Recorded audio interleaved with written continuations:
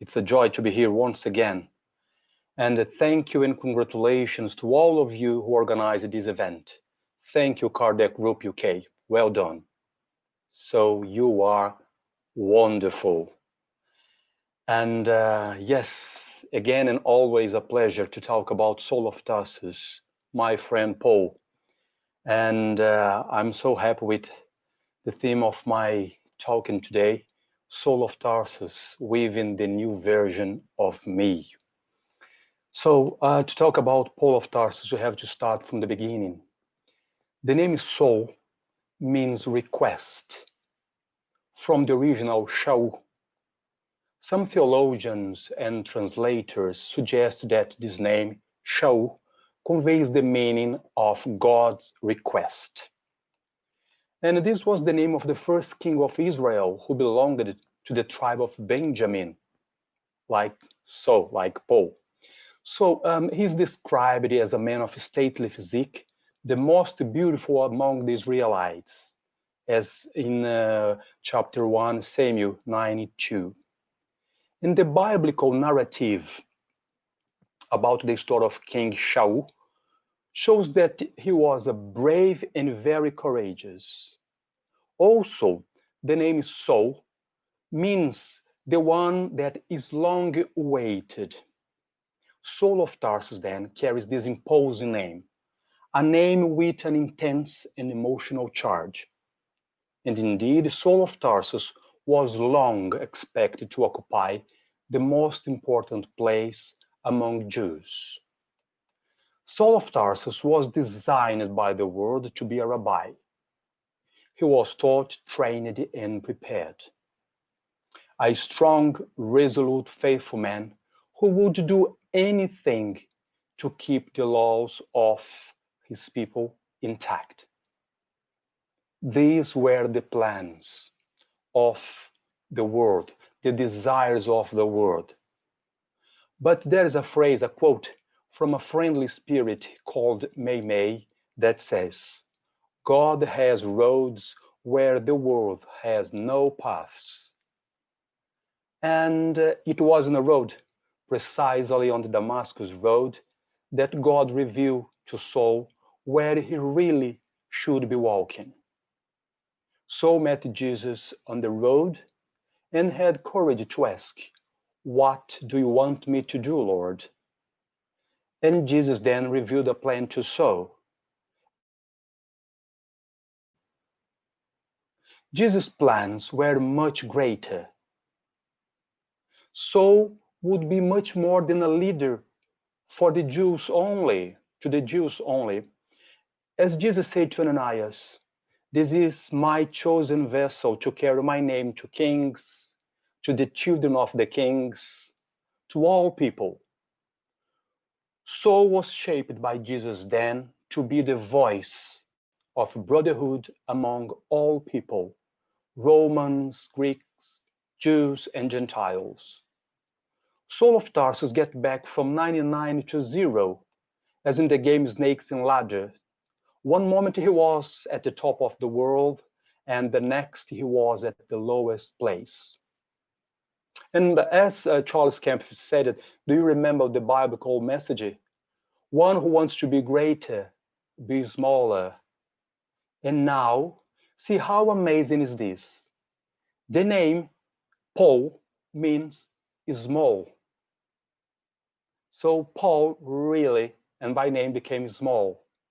Saul of Tarsus, after that, reorganized his ideas, reviewed his principles, and began to weave a new man. The old man stayed behind. And I know that you can say, well, everybody knows that, or some can say, but this is the obvious. Every time you talk about Saul of Tarsus, it's always the same. Same repetition, same Damascus road, same vision, and same thing. And I have to say, sadly, yes. The obvious and repetition will be always be present until we start to put them into practice. We do not lack information, books, theses, lectures, seminars, on the great waver of Damascus. What we lack is the obvious question, the one which we don't have courage to ask. What do you want me to do, Lord? And we are afraid to ask this question because we are afraid of the answer. We are very, very afraid of the answer because this answer will take us out of our comfort zone. And then we'll have to start to live a new version of me. We'll have to use the threads of humility, the needle of patience, and we'll have to unfold the yarn balls of charity and fraternity. Our loom will be shaped by the principles of Jesus to love and forgive infinitely. And yes, it's obvious. But we are not doing even the basics. We are dreaming of an oasis, but we do not want to cross the desert, our desert. So, Paul of Tarsus' plan is not to be perfect overnight. We have the false notion that Paul was transformed from a moment he met Jesus at the gates of Damascus, and that's it. It was just a vision. But it was just the beginning of an exceptionally long process. It was not overnight. It took decades to happen, the whole process. And we forget that as soon as he saw the Messiah, the Master, he went blind. And the light of transformation gradually revealed itself. And the more the light of Jesus shone on Paul's heart, the greater his internal struggles. So it was not that easy. Because before starting to evangelize people, Saul of Tarsus had to evangelize himself. And this is our second problem. We want to evangelize others. We want to change outside the world. We want to change others. But this is not Paul's proposal. First of all, the evangelical invitation is to transform ourselves. But we do not want to be changed. We want to stay as we are. We want to change the world, but we do not want to change our habits, especially the bad ones. So Paul's proposal is the transformation from the inside out.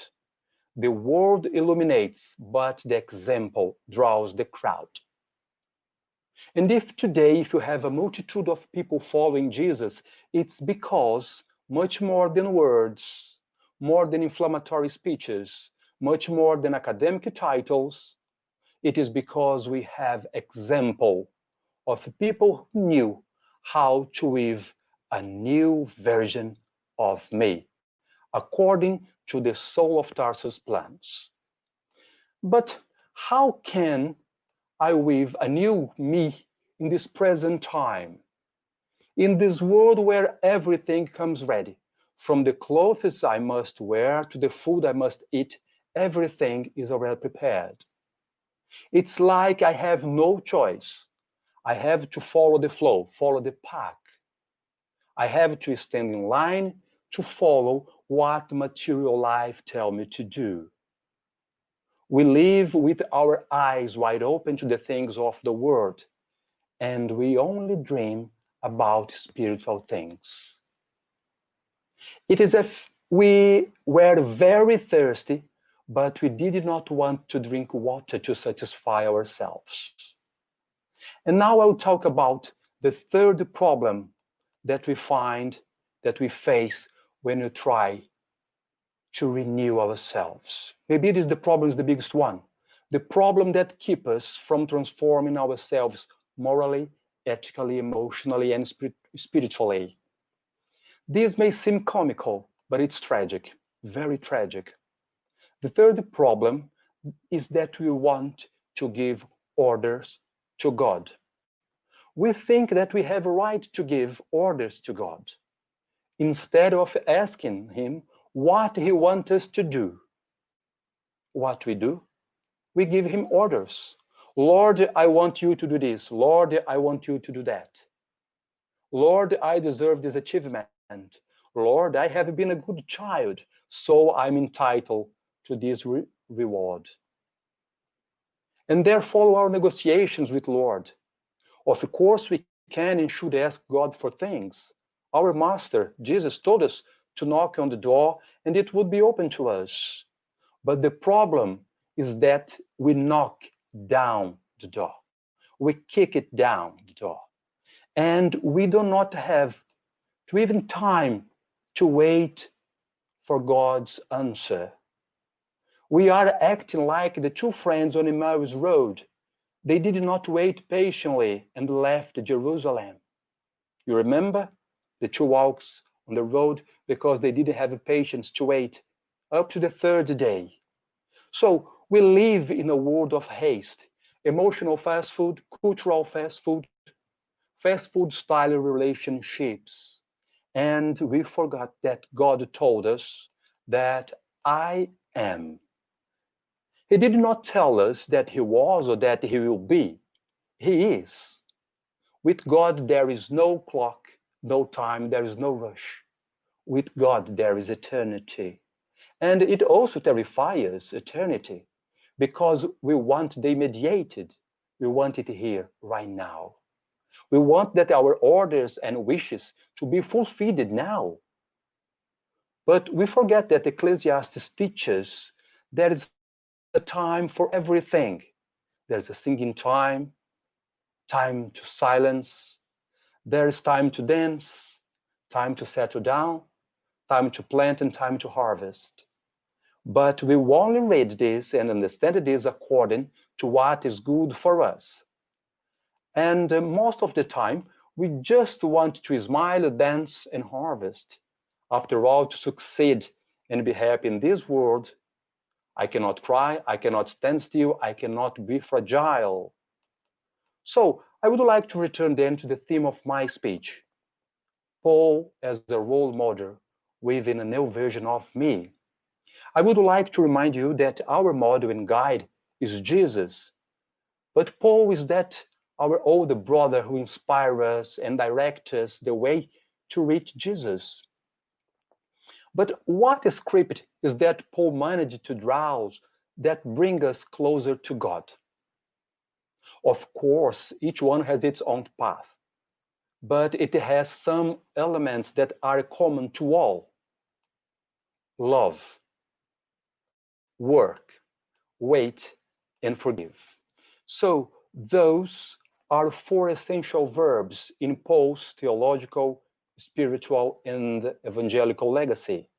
These verbs were gifted from Abigail, and they are essentials for all who wants to live in peace of mind. But there is also another compass of Saul of Tarsus steps. It's called the Gospel according to Spiritism. And this is an unparalleled roadmap for all those who want to find a new version of me. There you will find step by step the wonderful teachings of Jesus. And do not be afraid if you want to find it. Read these books, read the gospel, and do not be afraid. Because when Saul of Tarsus, then Paul, when Paul in fact discovered Jesus, he followed a script. And this script is the gospel. And at first he was scared, unsure. But Jesus said, do not think that I have come to abolish the law or the prophets. I have not come to abolish them, but to fulfill them. So what I'm going to tell now here, just some lines, is chapter by chapter of the Gospel according to Spiritism. So it's a guide for us. It's a script that we can follow to live a new version, a better version of us. Saul of Tarsus was so scared about this Jesus, about this carpenter. And he was scared because his kingdom was the most important thing on earth. But then Jesus came and said to Paul, my kingdom is not of this world. And then Paul think to himself, but how can I live with all these people? Everybody's thinking in different things. And Jesus say, Paul, my Father's house are many mansions.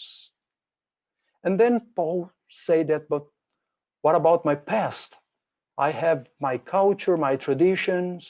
And Jesus say, except a man be born again, he cannot see the kingdom of heaven. And then Paul of Tarsus said, but Jesus, I'm afflicted. And Jesus said to him, but you are blessed because I'm Christ the Consoler. Lord, but I am so poor in spirit, but you are blessed. So what I have to do then, Lord, to have a new version of me? Love your neighbor as yourself. And that's it? That's the only thing I have to do? No, you have also to love your enemies. And how can I do it, Lord? So, Paul, do not let your left hand know what your right hand is doing. And don't forget that without charity there is no salvation. And you have to be sure what you want to do, because it's not possible to serve God and mammon at the same time. I know that you are not perfect, but try to do your best. Try to be perfect. And you know, Paul, that many are called, but few are chosen. But you are chosen. You are my chosen vessel. And I know that sometimes you feel alone. You don't know what to do, where to go. But don't forget that your faith transports mountains. And you have to do it.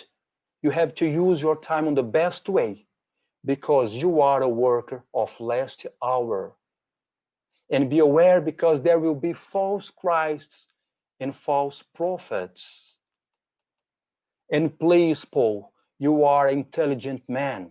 You are a wise man. Please do not hide the light under a bushel. Seek and you find the truth. You have waited for me since we were born. You've been educated to find the Messiah. But I'm not here just as a Messiah. I am here as your friend.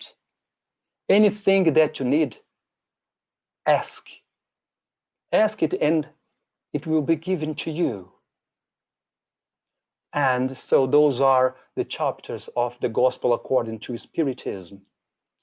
And at the end, there is a collection of prayers. After everything, we have to pray, to renew ourselves, to be in connection with God. Because when we definitely got the position of being renewed and with a new version of ourselves, we'll be able to say, as Saul of Tarsus, as our friend Paul wrote to the Galatians 2:20, I have been crucified with Christ, and I no longer live, but Christ lives in me, and this is a new version of me, a better and a happier one. Thank you very much, all my friends. Let's keep our heart and our mind and our soul and all the good things that we have inside us. Focus on Jesus, because he created this wonderful world for us. Many thanks to being with me. Thank you.